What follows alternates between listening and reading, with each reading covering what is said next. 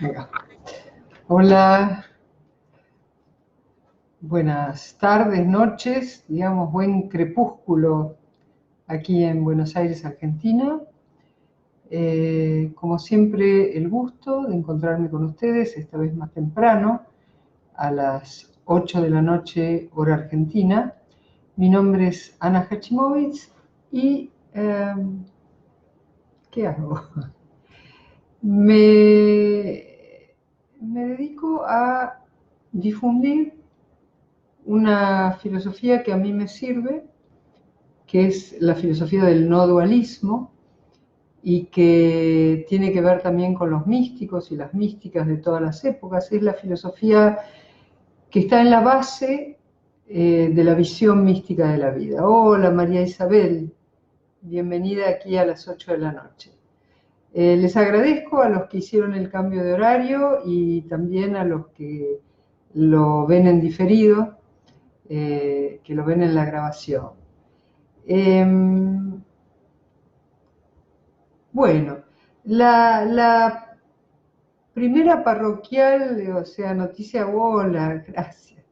Noticia parroquial importante es que el próximo sábado, ya se acerca la fecha, a las 3 menos cuarto, aquí en el barrio de Belgrano, vamos a dar un taller de danza sagrada.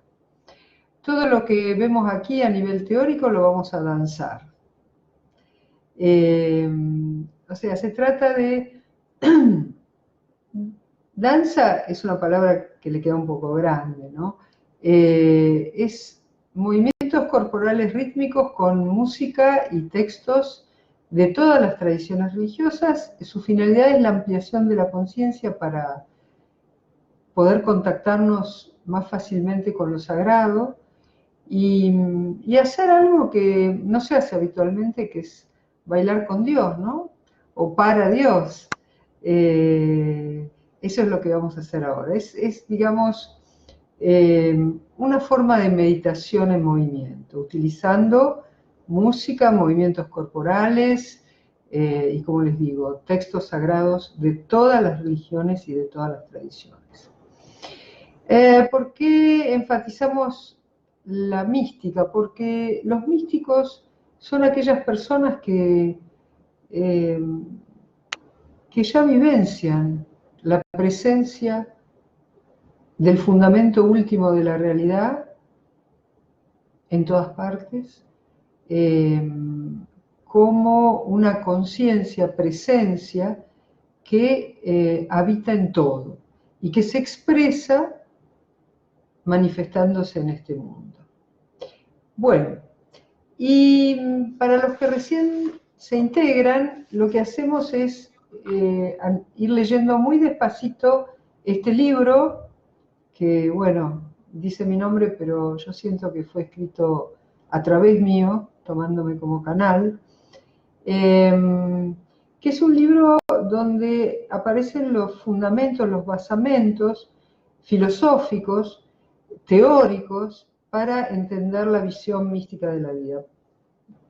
Dirigido a algunos y algunas que, como yo, las cosas le entran por la razón, no por la fe, ni la creencia, ni el dogma, ni la autoridad. Si ustedes sienten que pertenecen a esa categoría y que además les interesa ver de qué está hecho el mundo, cuál es el fundamento último de la realidad, y creo que además al encontrar esas respuestas se encuentra la sanación total de la existencia y la verdad que la felicidad independientemente de las circunstancias. Y creo que es un camino que vale mucho la pena y que es muy necesario en nuestra época. Bueno, a ver dónde habíamos quedado.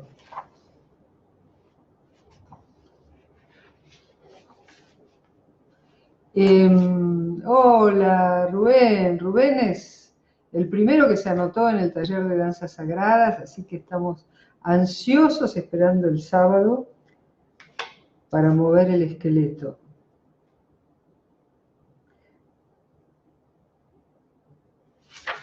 Bueno, estábamos entonces, si no me equivoco, en el capítulo 12, ¿sí?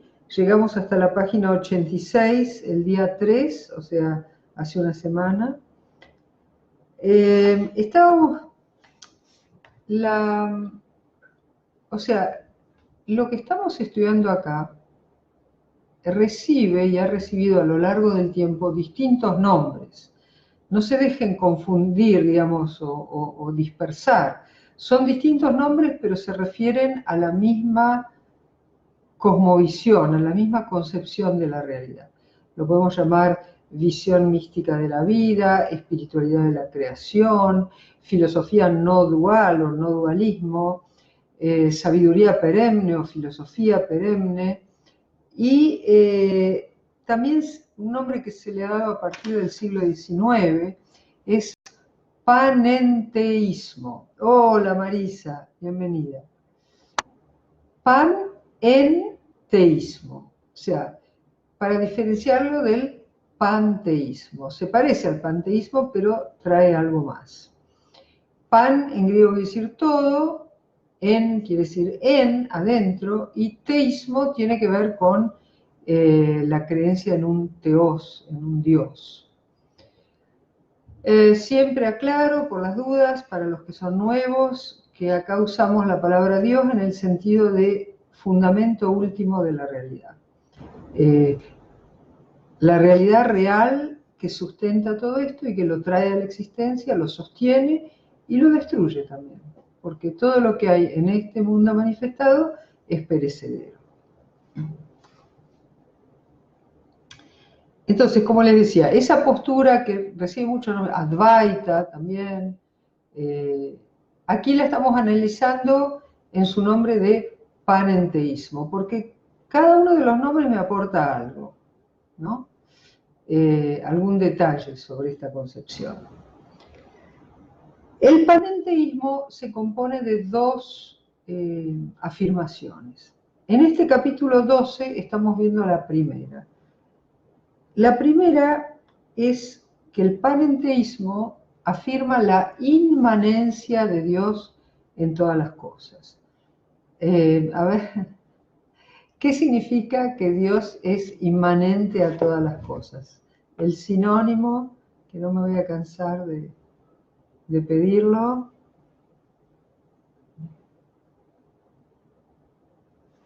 ¿Qué significa inmanente? Ya parece un chiste, ¿no? Pero es muy importante. Hola, Verónica, bienvenida.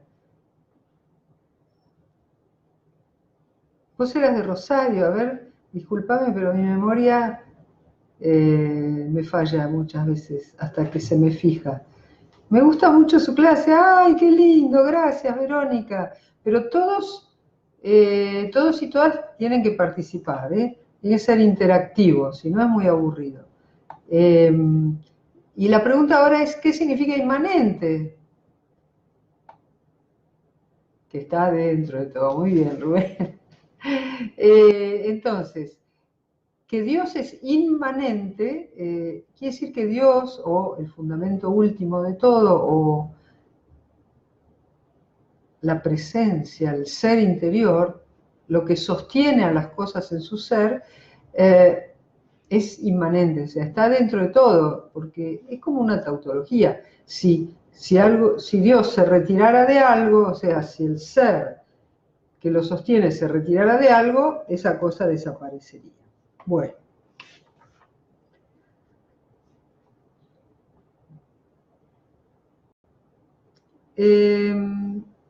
Entonces vayamos a la página 86 hasta donde habíamos llegado. Habíamos llegado que por definición Dios es el poder que sostiene al universo. De paso, no sé si conocen la palabra tautología, porque no me dejen decir palabras complicadas si no las entienden, porque realmente la palabra es complicada, pero el concepto es simple. Pero da brillo usar estas palabras que aprendemos en la facultad. ¿Alguien sabe lo que quiere decir tautología? A ver, Marisa, capaz le podés sacar en griego, según su etimología, lo que quiere decir. Tengo que mirar para arriba, porque miro la pantalla y parece que estuviera mirando para abajo. Tautología. Bueno, les doy la etimología. Está compuesta de las palabras to, auto, legein. To, auto, legein. A ver, Marisa, ¿qué querrá decir en griego? Se debe parecer al griego actual. Es el griego del clásico, el griego del siglo V a.C., pero una pista te tiene que dar.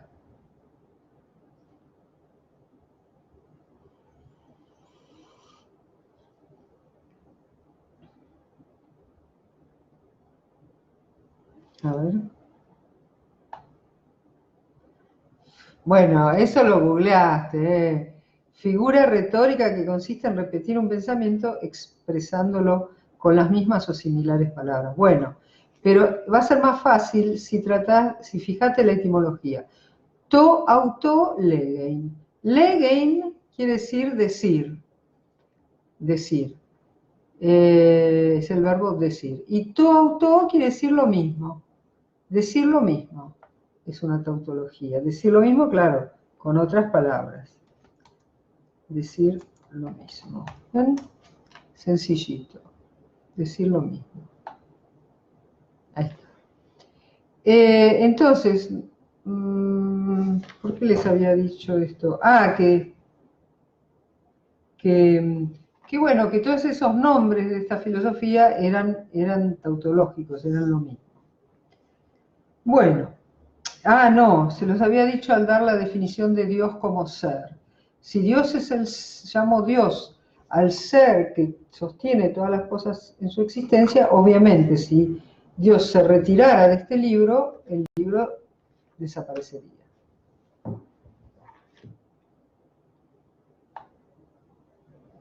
El que repite pensamientos. Ah, mira, tal cual. Bueno, entonces empiezo a leer. Dice, página 86 en esta edición. La espiritualidad de la creación, que se acuerdan que era también un nombre, otro de los nombres posibles para la sabiduría perenne. Lo que pasa es que, según las escuelas, recuerden que hasta hace, no sé, 150 años, las distintas escuelas de filosofía, de teología o de religión no estaban tan comunicadas como ahora. Ahora, como hizo Rubén, toca un botón y sale todo. Pero yo te diría que hasta hace 150 años, o sea, hasta fines del siglo XIX, esto no era así. Y aún en la primera mitad del siglo XX no había tanta comunicación, había libros, películas, pero nada más.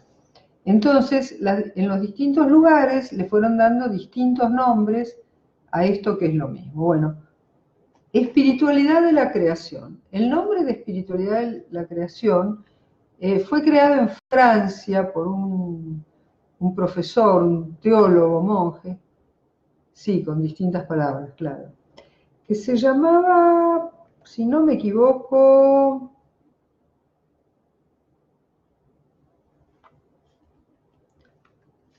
Père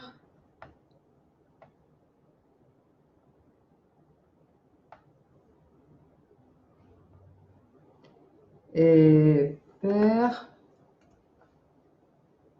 creo que era Chenu, bueno, no me acuerdo, Père Chenu, que fue el maestro de Matthew Fox, que fue mi maestro.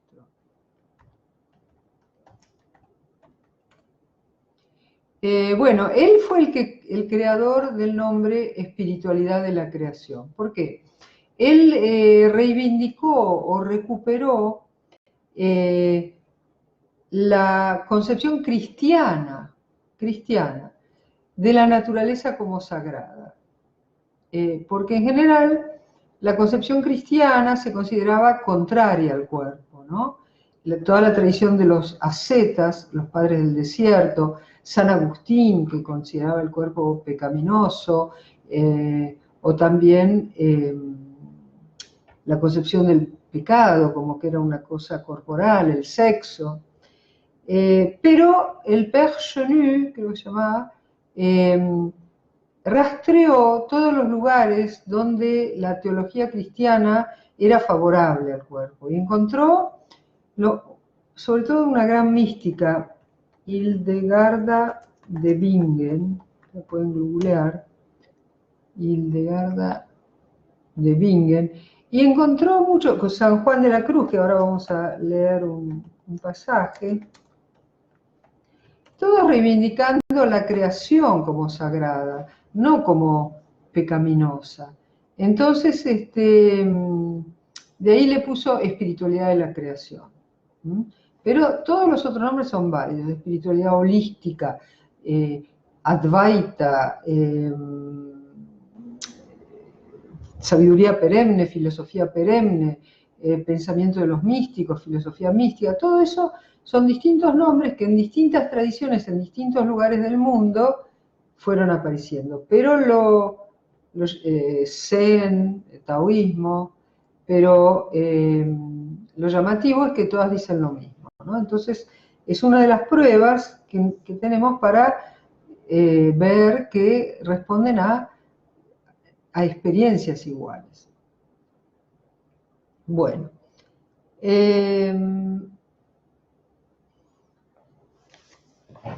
entonces, la espiritualidad de la creación, decíamos, considera que Dios es inmanente al universo, está adentro del universo. Esto es algo que la teología cristiana ortodoxa no acepta, y lo mismo la judía. O sea, Dios está afuera del universo, de la tierra o del mundo.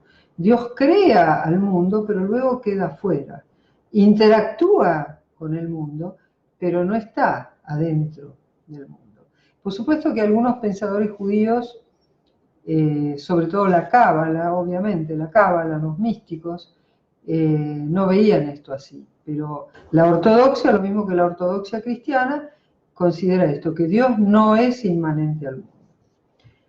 Pero fíjense, por ejemplo, esta poesía de San Juan de la Cruz. San Juan de la Cruz, bueno, fue un monje español del siglo XVI, que fue muy perseguido por sus experiencias de Dios y por su actuar en consecuencia.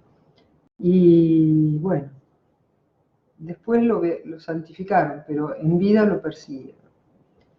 Y dice San Juan de la Cruz: mi amado. ¿Quién es mi amado? Es Dios. ¿En qué otra tradición hablan así de Dios como el amado? A ver, lo voy a esperar.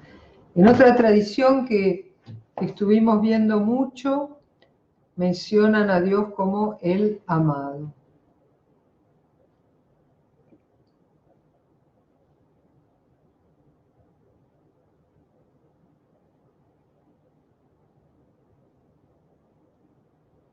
Otra tradición mística de otra religión, miren que los estoy ayudando, que no es el cristianismo.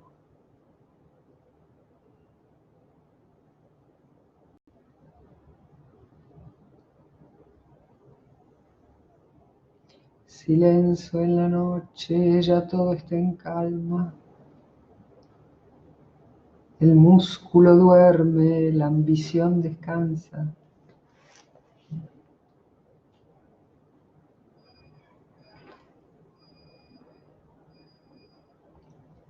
A ver, acá apareció algo, El sufismo, bien, Marisa, bien, Rubén, musulmana, tal cual, muy bien. Entonces, el amado, cada vez que ustedes ven el amado, se refiere a Dios.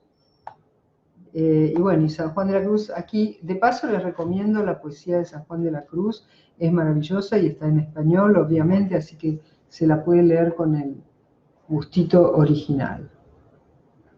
Bueno, entonces, mi amado, las montañas, los valles solitarios nemorosos, Nemorosos quiere decir rumorosos. Las ínsulas extrañas, esto está en español antiguo, obviamente. Ínsulas son islas y extrañas son extrañas. Los ríos sonorosos, el silbo de los aires amorosos. La noche sosegada, en par de los levantes de la aurora. La música callada, la soledad sonora, la cena que recrea y enamora. Fíjense cómo ve lo sagrado en todo lo de la naturaleza y también incluso en algo tan cotidiano como una cena, ¿no? Aunque es probable que tenga también un valor simbólico acá. La cena es lo que cenamos con el amado, ¿no? Sufismo musulmán, sí. Bueno, espiritualidad de la creación, entonces. Como cristianos tienen, dentro del cristianismo tienen a Hildegarda de Bingen, a San Juan de la Cruz, a Meister Eckhart también, como representantes de esta corriente. Y hoy en día hay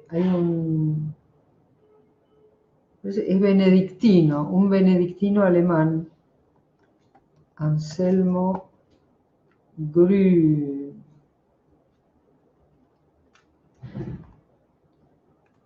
Anselmo Grün, bueno, con doble puntito que no me salió. Después está también Leonardo Boff en Brasil.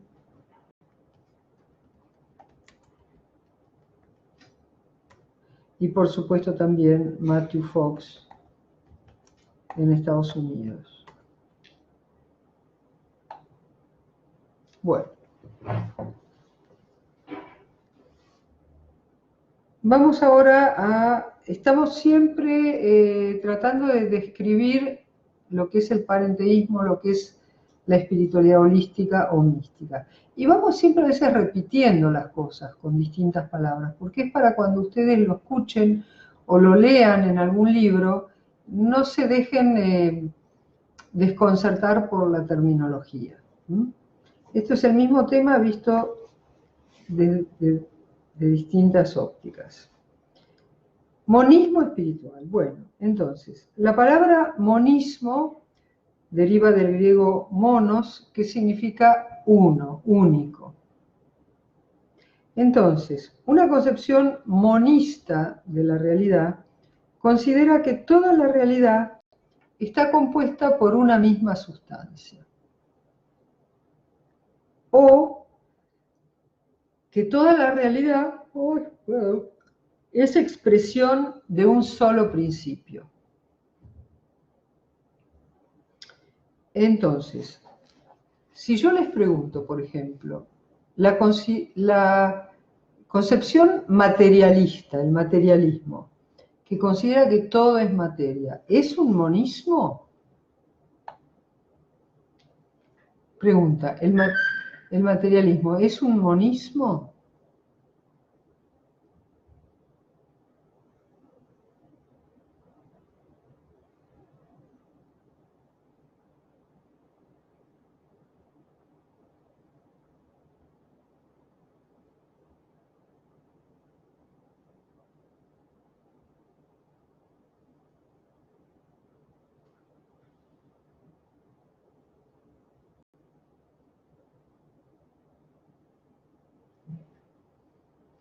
Creo que por el delay hay que tener paciencia.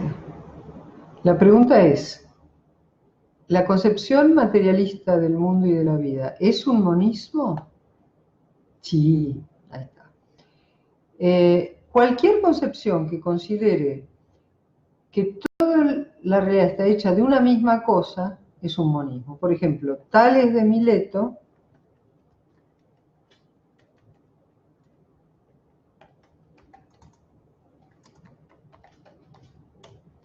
un filósofo griego del siglo VI a.C., pensaba que todo era agua.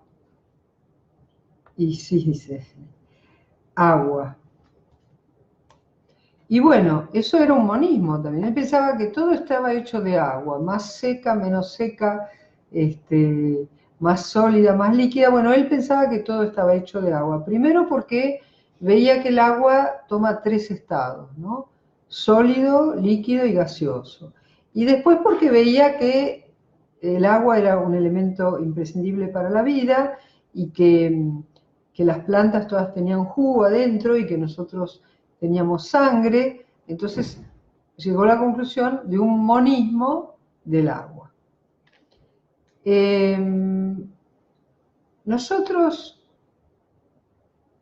por herencia sobre todo del judaísmo, tenemos ese monismo espiritual. O sea, el judaísmo, a mí lo que yo rescato del judaísmo es esa concepción monista estricta, ¿no? O sea, hay un solo fundamento de la realidad y la realidad está hecha de una sola cosa, que la verdad que podría no ser así, ¿verdad? Uno podría pensar que la realidad está hecha de 2 principios. Por ejemplo, el maniqueísmo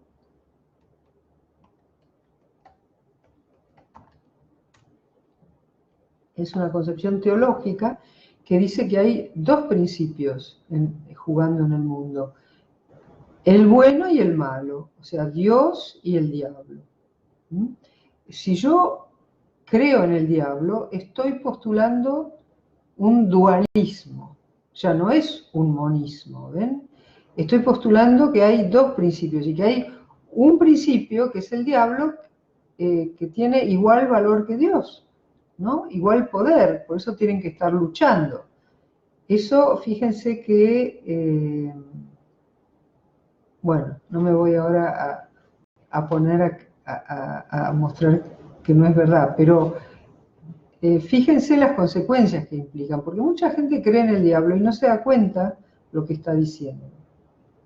Está postulando un principio que es igual de poderoso que Dios. Y eso además es una contradicción, porque no puede haber 2 ser,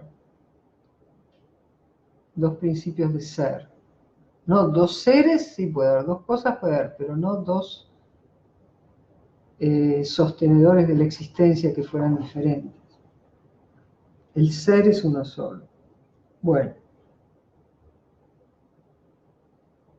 Bueno, ahora, una concepción monista espiritual considerará que todo el universo es manifestación de un único principio al que denomina espíritu.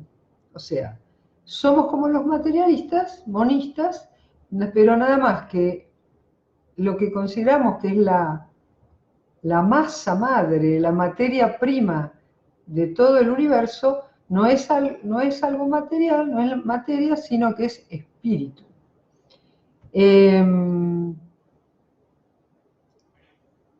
A mí no me gusta mucho la palabra espíritu porque parece ser que es algo, ¿no? Un aire, un soplo, un aliento. Yo diría que, bueno, no se puede definir, ¿no? Pero que es conciencia. Para el Advaita, la materia prima que constituye todo el universo es la conciencia. O sea, todo el universo sería como un gigantesco cuerpo cuya conciencia es como la nuestra, atemporal y aespacial. Y ese es el ser que mantiene todo en existencia. Lo que postulamos con el monismo es que ese ser es uno solo. No pueden ser ni 2, ni 3, ni 4, ni 1000. Es uno. Porque si no, no se entiende el funcionamiento armónico del universo. Piénsenlo. Piénsenlo solo en la habitación en la que están, la cantidad de leyes físicas, químicas y biológicas que están funcionando. Todo eso está armónico, está armonizada lo que es la atmósfera de la Tierra con mi respiración y con el aire que entra y nutre mis órganos, está todo coordinado. Entonces eso nos hace pensar en la unidad. No sé si Si hay alguna pregunta, ¿todo les resulta claro? Por favor, si hay algo que no entienden o que no están de acuerdo, pregunten.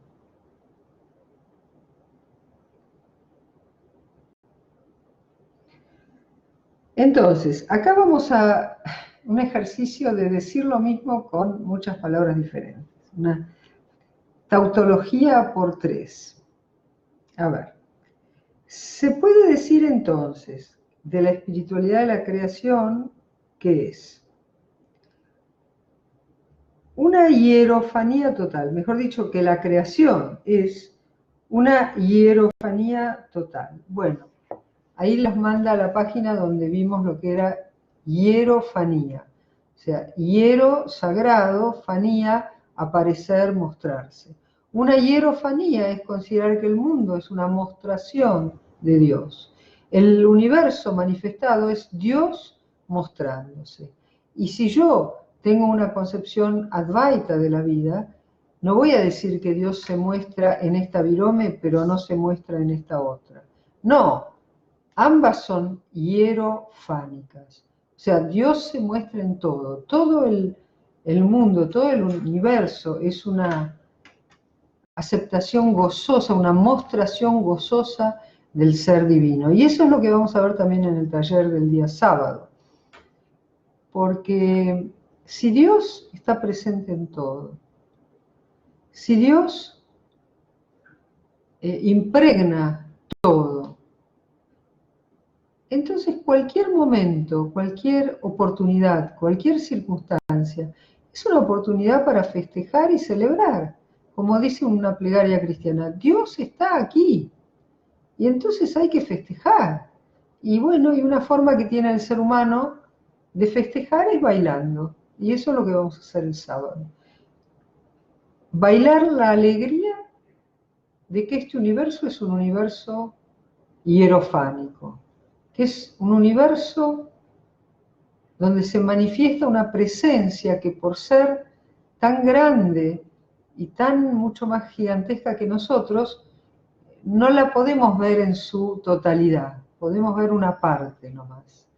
Pero esa parte chiquita que es nuestro universo cotidiano, igual es tan maravillosa, tan bella, tan compleja, tan apasionante, que bueno, da ganas de bailar y de celebrar. Y no hay muchos lugares donde se puede hacer eso, porque en nuestra cultura el baile es o romántico, de parejas, o digamos de celebración, pero psicológica, emocional, como ahora los chicos que bailan todos juntos, es una descarga. Pero, y en las iglesias y sinagogas y templos es muy poco lo que se mueve el cuerpo. Así que, bueno, esa es la explicación de la danza sagrada. Entonces, si la espiritualidad de la creación es una hierofanía total, si la creación es una hierofanía total, bueno, vamos a celebrar. A alguien le gustó por ahí, bueno. Después, otra forma de hablar de la espiritualidad de la creación, bueno, la espiritualidad de la creación cree en la inmanencia divina, o sea, Dios está presente acá en todo. Lo veo y lo siento porque es lo que... Hay una plegaria judía que dice, bendito eres tú, Señor del universo, que por tu poder traes todas las cosas a la existencia. Dios está acá, lo más cerca imposible. Me conmueven esas personas que buscan a Dios por todas partes y no los encuentran. Es como Rumi que le decía al pez, ¿no? Estás llorando porque tienes sed y sin embargo estás metido en el agua. Hay un chiste que me mandó Mariela Scalabroni, que lo subí al grupo y también a la página. Hay un montón de pulgas, ¿no? Escuchando la conferencia de otra pulga, que dicen, o sea, están sentadas en medio de lo que es los pelos de un perro. Y entonces el que está, la pulga que está dando el discurso dice, ¿y qué pruebas tenemos de la existencia de perro? Y bueno, nosotros estamos igual. ¿Qué prueba tenemos de la existencia de la existencia?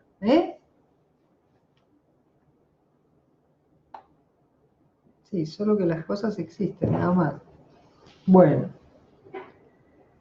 Y finalmente, la espiritualidad de la creación o espiritualidad holística o pensamiento místico también es un monismo espiritual, o sea, un monismo del espíritu.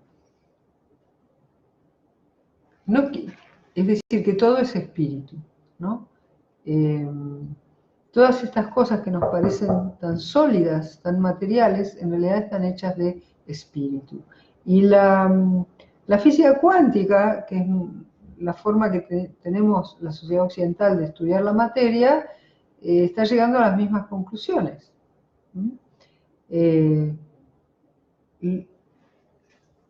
Lo que hay es vacío y vibración, vacío y ondas. Pero estas ondas colapsan, lo llaman ellos, colapsan. Cada onda que colapsa forma un electrón y ya han demostrado que la conciencia humana puede hacer colapsar un electrón. Bueno,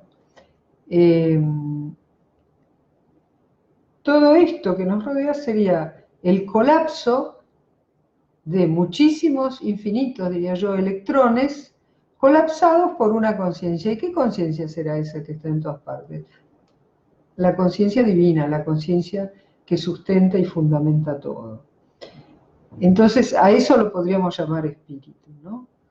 La materia, el corazón de la materia no es material, es espiritual. El corazón de la materia es conciencia.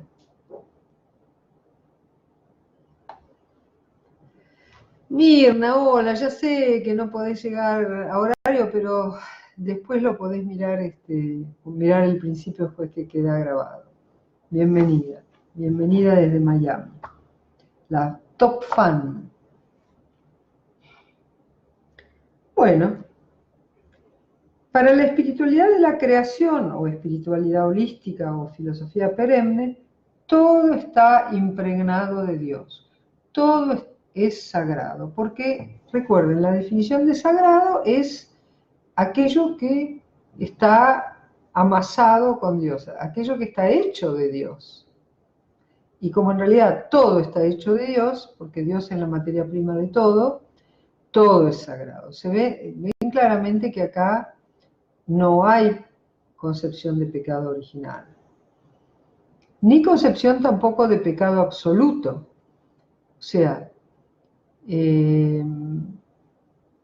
para la espiritualidad holística o espiritualidad mística, el bien y el mal existen, sí, pero son relativos. Son relativos a este mundo manifestado. Y dependen de si vos te considerás un ser separado. Porque si vos te consideras un ser separado, determinadas cosas para vos van a ser buenas y otras van a ser malas. Pero cuando salgo de la ignorancia, me doy cuenta que no hay ni bien ni mal. Es todo ser, y lo que verdaderamente es no puede ser ni destruido ni afectado. Entonces, sí tiene que haber reglas morales, pero no porque Dios las necesite, sino porque este mundo las necesita para funcionar bien.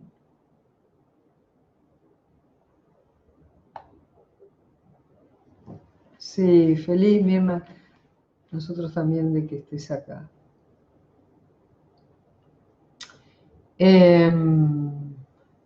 Entonces, para que este mundo funcione con menos sufrimiento y más felicidad, tenemos que seguir las reglas morales que me dicen lo que está bien y descartan lo que está mal. Pero no es un principio constitutivo de la realidad absoluta. Dios está tanto en lo malo como en lo bueno. Dios está en los ladrones, en los violadores, en todo lo que no nos gusta. Pero la personalidad tiene una libertad relativa en este mundo. Y bueno, y viene a esta arena a este mundo manifestado justamente a demostrar lo que es capaz de hacer. A aprender, a jugar también y a celebrar. Bueno, y luego viene una cita de Sri Ramakrishna, un maestro de la India del siglo XIX, que fue el maestro de Swami Vivekananda, que luego fundó en su nombre la Ramakrishna Mission, o sea, la misión Ramakrishna, que fue la primera que se vino, el primer grupo hindú que se vino a instalar acá en la Argentina en la década del 30 y que todavía existe, está en la ciudad de Bella Vista. Para quien lo quiera ir a visitar, está ahí, funcionando. Decía Sri Ramakrishna entonces, los hombres, bueno, los seres humanos y todas las criaturas se me aparecen como formas delimitadas por la piel, moviendo cabeza, pies y manos y plenas de Dios mismo. Bueno, ojo, ¿no? ¿Vemos nosotros a los seres que se nos acercan en nuestra vida cotidiana como plenos de Dios? Ejercitémonos para ver eso. Entonces, formas delimitadas por la piel, moviendo cabeza, pies y manos y plenas de Dios mismo. Veo en efecto que lo absoluto se ha convertido en todas las cosas que nos rodean.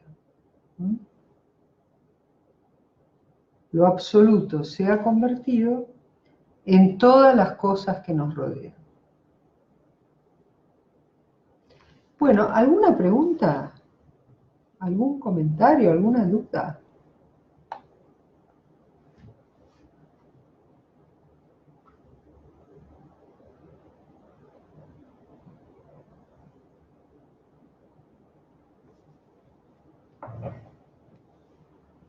Bueno, seguimos entonces.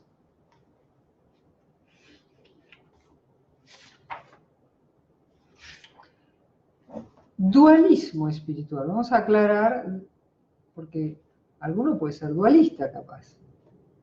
Entonces, se denomina en cambio concepción dualista del universo toda aquella para la cual o sea, el universo, está constituido por dos principios diferentes.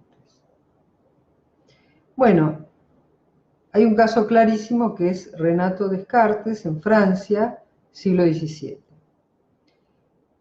Descartes consideraba, por ejemplo, que el mundo estaba compuesto de dos sustancias diferentes. Una que ocupaba espacio, la materia, una que ocupaba espacio, la materia, y otra que ocupaba tiempo, los pensamientos. Y él pensaba que eran dos sustancias diferentes. La palabra sustancia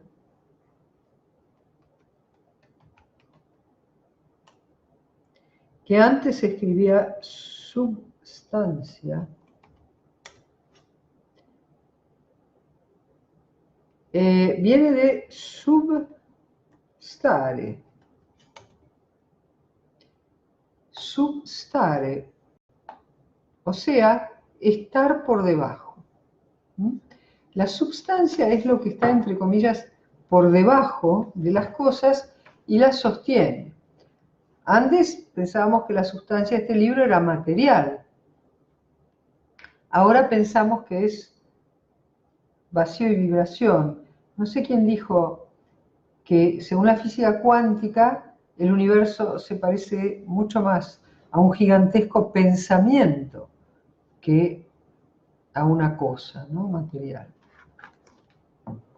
Entonces, Descartes, por ejemplo, es un buen ejemplo de dualismo, porque él decía, hay cosas materiales, como por ejemplo este cuerpo, pero hay cosas no materiales por ejemplo, los pensamientos.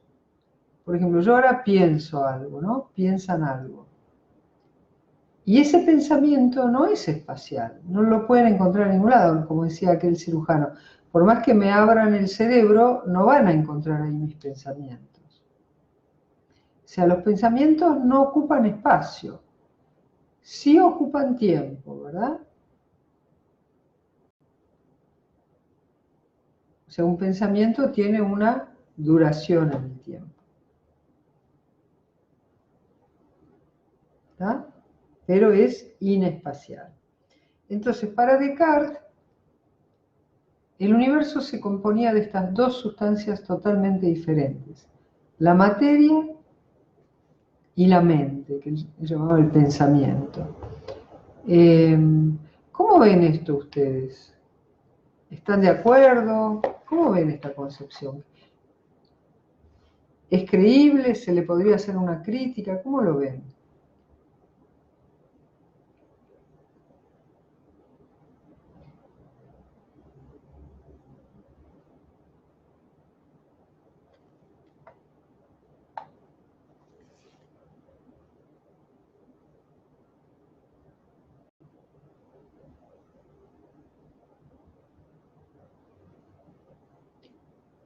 ¿Cómo, qué diría el pensamiento místico de esto? ¿Estaría de acuerdo?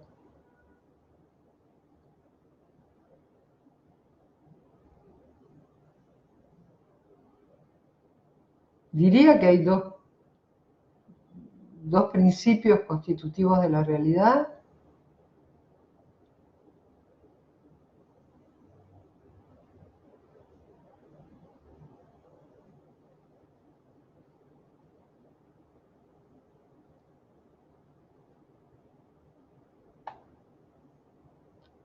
Y la memoria, lo veo un poquito pobre. Bueno, la memoria para Descartes forma parte de la mente y es inespacial, no ocupa espacio. Él decía, hay cosas que ocupan espacio y cosas que no ocupan espacio. Rubén lo veo un poquito pobre, me causa gracia. Y bueno, sí, a ver qué más dijeron.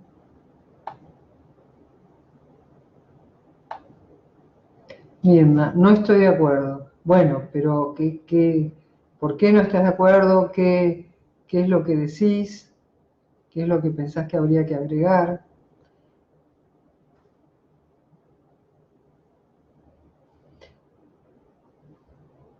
O sea, Descartes el gran problema... A ver qué dicen por ahí. Mirna, si pensamos así hacemos separatividad. Sí, tal cual, claro. Para un místico, para un no dualista, a ver, el gran problema de Descartes justamente fue después, cuando él descubrió estos dos ámbitos de la realidad, pero dijo que todo el universo era así, que era o materia o mente. Dijo que la materia, lo material era espacial, ocupaba espacio, y que la mente es inespacial y no ocupa espacio. Pero entonces él se encontró frente a un gran problema. El gran problema de él fue que, por ejemplo, yo en mi mente tomo la decisión de mover este brazo. Y este brazo es material. Entonces, él decía, ¿cómo se conecta algo que no ocupa espacio con algo que sí ocupa espacio? A ver, ¿qué le sugerirían a Descartes? Él dividió la realidad en material y mental. Y una vez hecho esto, dijo, lo material es lo que ocupa espacio, lo mental es lo que no ocupa espacio, ocupa solo tiempo. Dura en el tiempo. Entonces, bueno, cómo estoy haciendo para mover este brazo? Si uno es un tipo de sustancia y el otro otra, completamente diferentes. Este fue el problema que se enfrentó Descartes. ¿Tienen idea de cómo lo resolvió?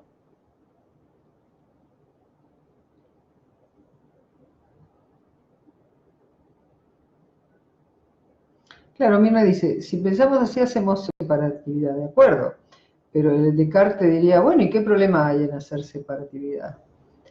Entonces la respuesta es, muy bien, materia y mente son separados, pero entonces ¿cómo puede ser que la mente tenga alguna influencia en la materia? Energía. Bueno, Descartes todavía no sabía, ni siquiera hablaba de energía, me parece, y menos todavía sabía lo que sabemos hoy, que materia y energía son lo mismo, son dos formas de lo mismo. Entonces la pregunta es la misma, ¿cómo la mente puede actuar sobre algo que no es mental, ¿no? Que es la energía? ¿Es espacial la energía? ¿Ocupa espacio? No, pero tampoco es mental. No, eso Descartes ni se lo planteó porque no se hablaba, me parece, de energía en aquella época. Pero bueno, nosotros sí. Entonces la pregunta es, ¿cómo puede actuar la mente sobre algo que no es mente? Pablo, bienvenido. Lo mental tiene que ocupar espacio, pero un espacio más allá de las 3 dimensiones.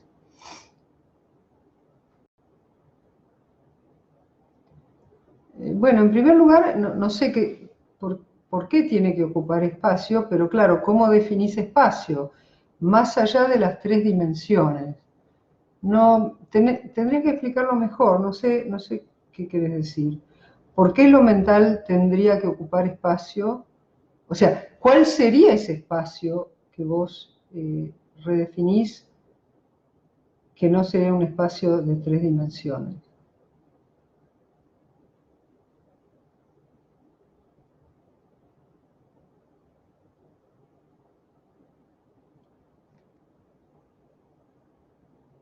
Ojo que tenemos que remitirnos a nuestra vivencia de lo mental. Vos cuando decís lo mental, pensá en un pensamiento.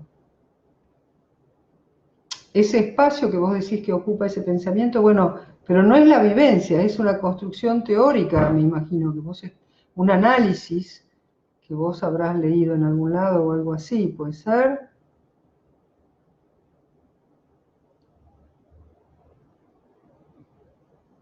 De todas formas, para no meternos en ese análisis, si lo mental ocupa un espacio y qué forma de espacio sería, aún eso que vos decís, aunque ocupara un espacio diferente, ¿cómo, cómo hace para tener un efecto sobre esto material que sí ocupa un espacio de 3 dimensiones? ¿No? Yo mentalmente digo, voy a mover la mano y la muevo. Es una experiencia que tenemos todos. Ustedes me van a decir que, habría que decir que la mente le da una orden al cerebro y el cerebro emite impulsos nerviosos. Perfecto. Pero, ¿cómo? Yo puedo decir verbalmente, la mente le da una orden al cerebro, pero ¿cómo hace si es algo distinto el cerebro? Ahora, yo les pregunto a ustedes, vayamos a a la propuesta de concepción mística de la vida, del monismo que estamos hablando, del monismo de la conciencia, en realidad, que estamos hablando, de todo es conciencia. Si nosotros, o sea, desde una perspectiva dualista como la de Descartes, no se puede explicar. No se puede explicar de ninguna manera cómo dos sustancias radicalmente diferentes se pueden comunicar entre sí. Pablo propone otro espacio, me imagino otra dimensión espacial, pero el problema sigue siendo el mismo. ¿Cómo se comunica esa dimensión de otro espacio con esta de este espacio tridimensional? No hay puentes. Por eso la mejor respuesta para mí es decir que todo es conciencia. Entonces, si todo es conciencia, tanto la mente como la materia son productos de la conciencia, y la conciencia es el lazo de unión entre todas las realidades diferentes que percibimos. Descartes había inventado una cosa, había dicho que ambas se unen en la glándula pineal. La glándula pineal es una glándula que tenemos adentro del cerebro que no se sabe bien para qué sirve. Por eso se le han atribuido siempre las propiedades más esotéricas. Bueno, él dijo que mente y materia se unen en la glándula pineal, pero como ven no es una respuesta muy satisfactoria. En cambio, si todo está interrelacionado, quizás ustedes escucharon hablar de ese experimento, se llama de no localización en la física cuántica. O sea, emparejan dos electrones de forma que estén como hermanados, que si uno lo hacemos girar hacia un lado, el otro gira inmediatamente hacia el lado contrario. Bueno, entonces agarraron esos dos electrones y los separaron. O sea, mandaron a uno a miles de kilómetros de distancia. Y colocaron aparatos de medición e hicieron girar al electrón que se quedó acá, y en el mismo instante giró el electrón que estaba a miles de kilómetros. Entonces, ¿eso qué me muestra? Se demostró que no hay una señal que viaja desde el electrón A al electrón B, porque fue instantáneo. Quiere decir que el electrón A y el electrón B están comunicados. Y la física cuántica no sabe, no puede contestar por qué cosa están comunicados. Los místicos, la filosofía Advaita contesta que están intercomunicados por la conciencia universal. Para decirlo de alguna forma que nos resulte un poco más accesible, tenemos que recurrir a la imagen de los viejos hindúes. Que este universo es un sueño de Dios, ¿no? Por ejemplo, que la conciencia universal sueña este universo. Es una imagen, pero que lo podemos ver, por ejemplo, en nuestros sueños. Cuando nosotros soñamos, nuestra conciencia es la que sueña. Y entonces, en el sueño pueden pasar las cosas más extrañas. Se relaciona, no sé, un hongo que crece en algún lado con algo que dice mi mamá por acá, ¿no? Todo está interrelacionado, porque todo es un sueño de una conciencia unitaria que es la mía. Bueno, lo mismo pasaría en el universo, ¿verdad? O como dicen el Génesis judeo-cristiano, el universo es una palabra de Dios. Un poco lo mismo. Por ejemplo, yo ahora estoy hablando, ¿verdad? Y sin darme cuenta, automáticamente, estoy interrelacionando las preposiciones con los sustantivos, los adjetivos con los sustantivos, los sujetos con los verbos, los tiempos de la conjugación. ¿Y por qué sale todo en forma de una frase coherente o de un discurso coherente? Espero, va. Espero que salga como un discurso coherente que ustedes entienden, porque está todo generado por mi conciencia. ¿Lo ven? Esa es la que garantiza, la unidad de fundamento garantiza la unidad de funcionamiento de todo. Y lo mismo podemos decir del universo. La unidad de fundamento es la que garantiza el funcionamiento de todo. Si no, cada cosa se iría para su lado. A ver. Lo que pasa es que si todo es conciencia, ¿por qué no somos un... ¡Ay! ¿Un qué? Espera que se me lo tapó. Un bloque. Somos un bloque de conciencia. Pero esa conciencia se manifiesta, ese es el gran misterio. Yo no sé si eso en este nivel lo podemos contestar. En este nivel, ese bloque de conciencia se manifiesta como muchas cosas diferentes. Pero nosotros con el trabajo de reflexión de Jnana Yoga, estamos descubriendo que eso es una apariencia, que es una magia del gran mago, pero en realidad todo es una unidad. Vuelvo a retomar el ejemplo del lenguaje, que es bueno.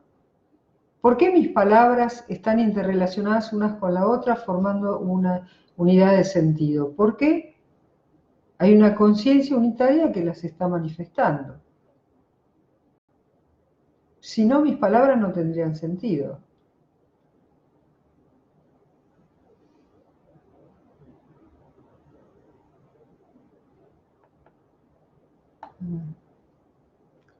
Dice Pablo, mira, escuché sobre la activación de la glándula pineal la teoría del holograma. Yo conozco la teoría del holograma, pero no veo muy bien cómo se relaciona eso con la activación de la glándula pineal.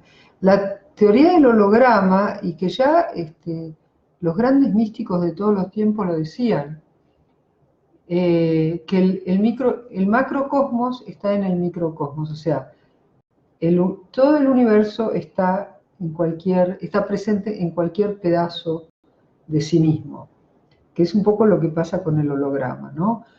Por efectos ópticos, la imagen total aparece en la imagen parcial, en la parcialidad.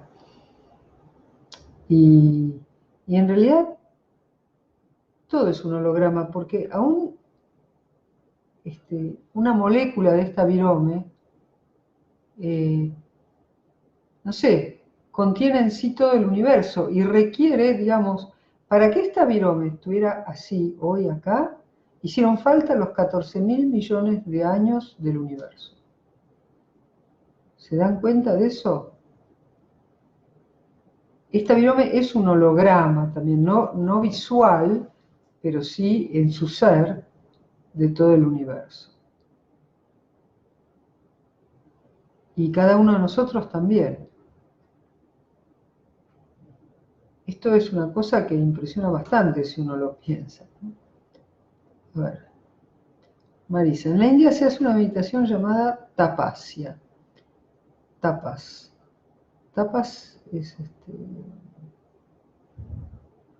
tapas, fuego, fervor, que es mirar al otro al entrecejo, donde supuestamente está la pineal.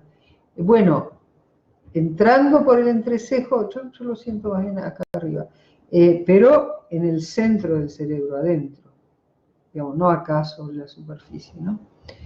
Donde está supuestamente la pineal, considerada la sede del alma para verse, sin el vínculo de alma a alma. Mirá. Tapas. Tapas, sí, creo que es práctica, pero tiene que ver con el fuego. Ay, a ver, lo voy a googlear porque no puedo estar con la duda. Tapas, sánscrito.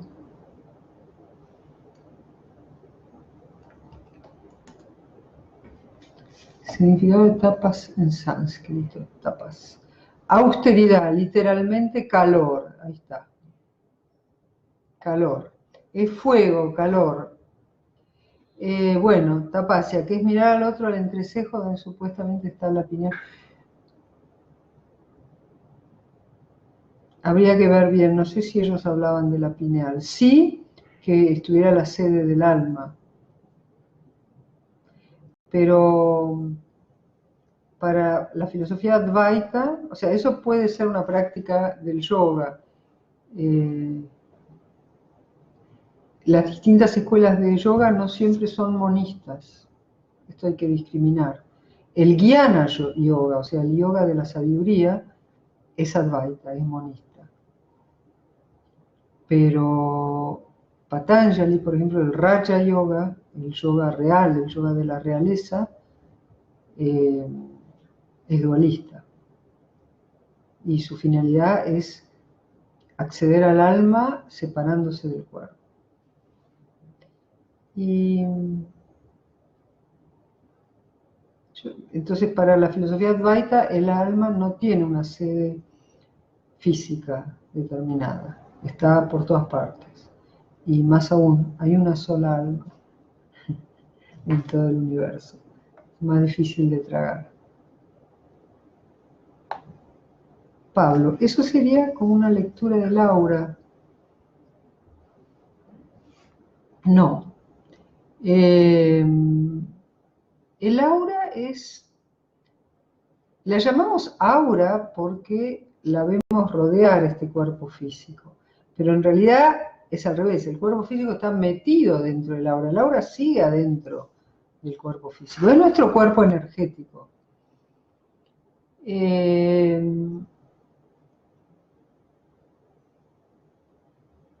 No hace falta mirar al entrecejo de la otra persona para ver su aura.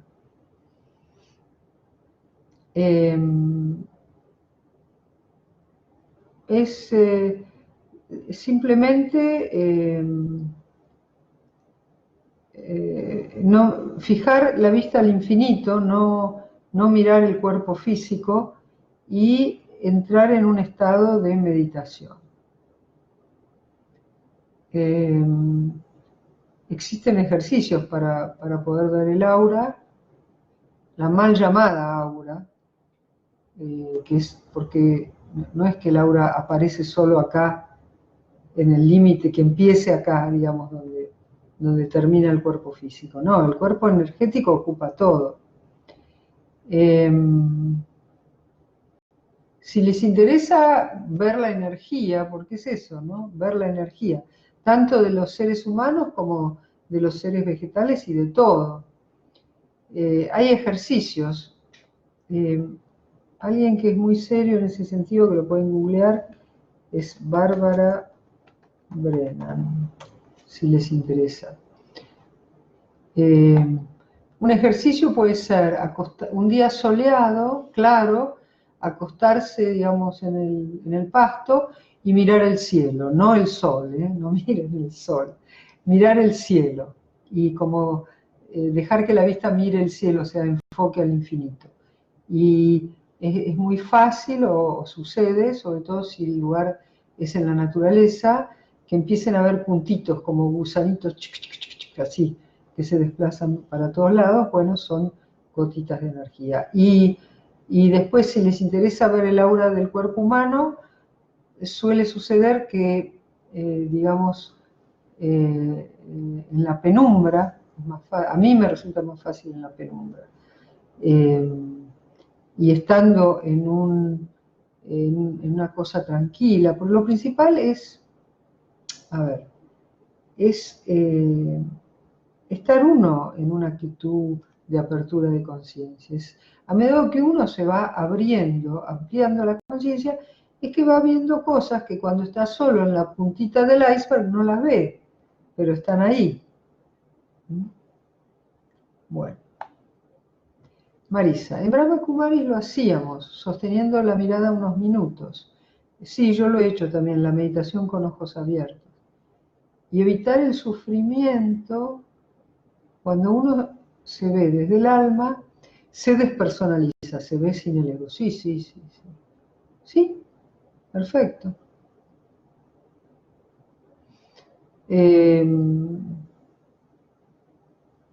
Es una práctica, no forzosamente es la única para tratar de... La forma de no... Claro, de ver el alma más allá del ego es mirar uno mismo desde el alma más allá del ego. Y eso no siempre hace falta mirar el entrecejo, pero si ayuda, todas las prácticas espirituales son ayudas que el alma toma un poco como muletilla de ayuda. No sé, por ejemplo el tarot o cualquiera de las mancias. El que tira el tarot, como se dice, el tarot es una muletilla. El que tira el tarot lo usa como muletilla, como bastón para abrir su alma, para ampliar su conciencia. Entonces, cuando amplía su conciencia, puede ver más que el mero ojo físico. ¿Ven? Pero no es las cartas del tarot las que me dicen las cosas, es mi apertura de conciencia, lo mismo que la meditación de ojos abiertos. Lo usás como un recurso, que está perfecto, pero no es que estés mirando la glándula pineal, es que estás usándolo para cambiar el dial, digamos, ¿no? Pasar de la onda 800 a la onda 1200. Lo que duele son los vínculos, no es lo mismo un desconocido.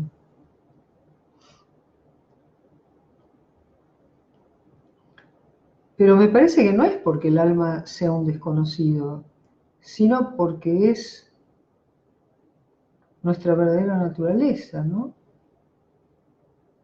Lo que duele son los vínculos.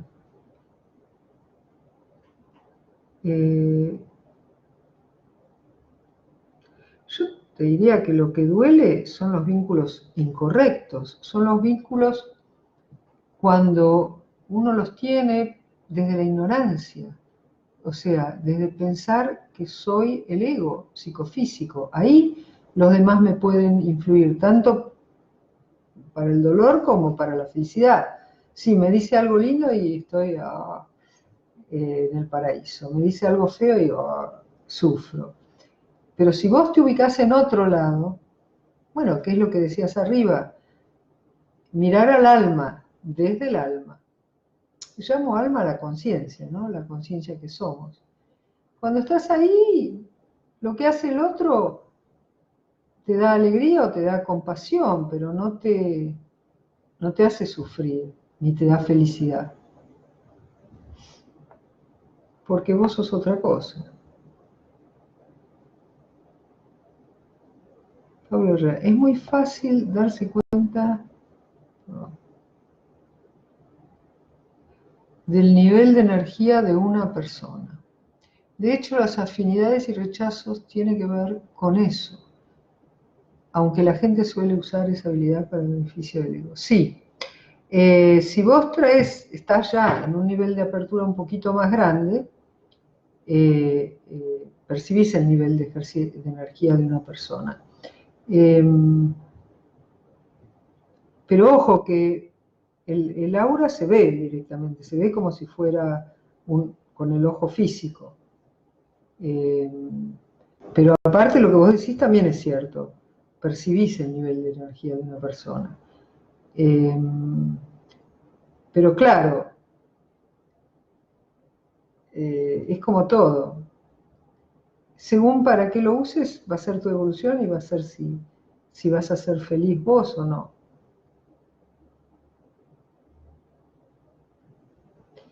Es como esas personas que vienen a veces con clarividencia, quizás por evoluciones pasadas, y después lo usan para el ego o para dañar, y bueno, después la caída es tremenda. Cuanto más alto está uno, si se cae, cae de más alto, o sea, es más dolorosa la caída. Me refiero cuando un familiar tiene un problema. No es lo mismo que el que te cuenta un desconocido como una enfermedad.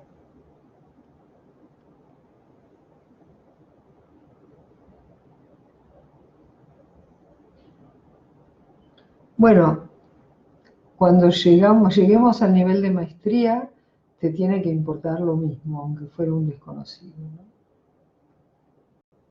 Es cierto lo que vos decís, pero si uno fuera un maestro, te debería preocupar o no preocupar lo mismo en cualquiera de los casos.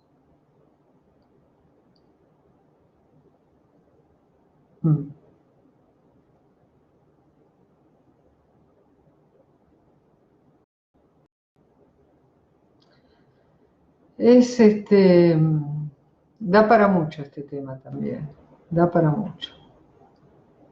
Vamos me podrías traer, si vas a estar mañana en la radio, el miércoles, y si no, traelo de vuelta el martes que viene. Hay mucha tela para cortar ahí. ¿Qué significa importar, o sea, que te importe algo. Estaba muy bueno. ¿Qué quiere decir que algo me importa, no? Digamos, un maestro le importa todo, pero desde un lugar en que no se desespera porque sabe que ese no es el ser real. El maestro va a ayudar, va a dar amor, se va a preocupar de ser útil, de aliviar el dolor y todo. Pero no sé si se va a sentir conmovido en el sentido de sufrir por el otro, ¿no? Bueno, vamos a ir parando acá. Ese tema es... A veces la enfermedad del familiar o de uno mismo, al revés, te ayuda a hacer tomar contacto con el ser real.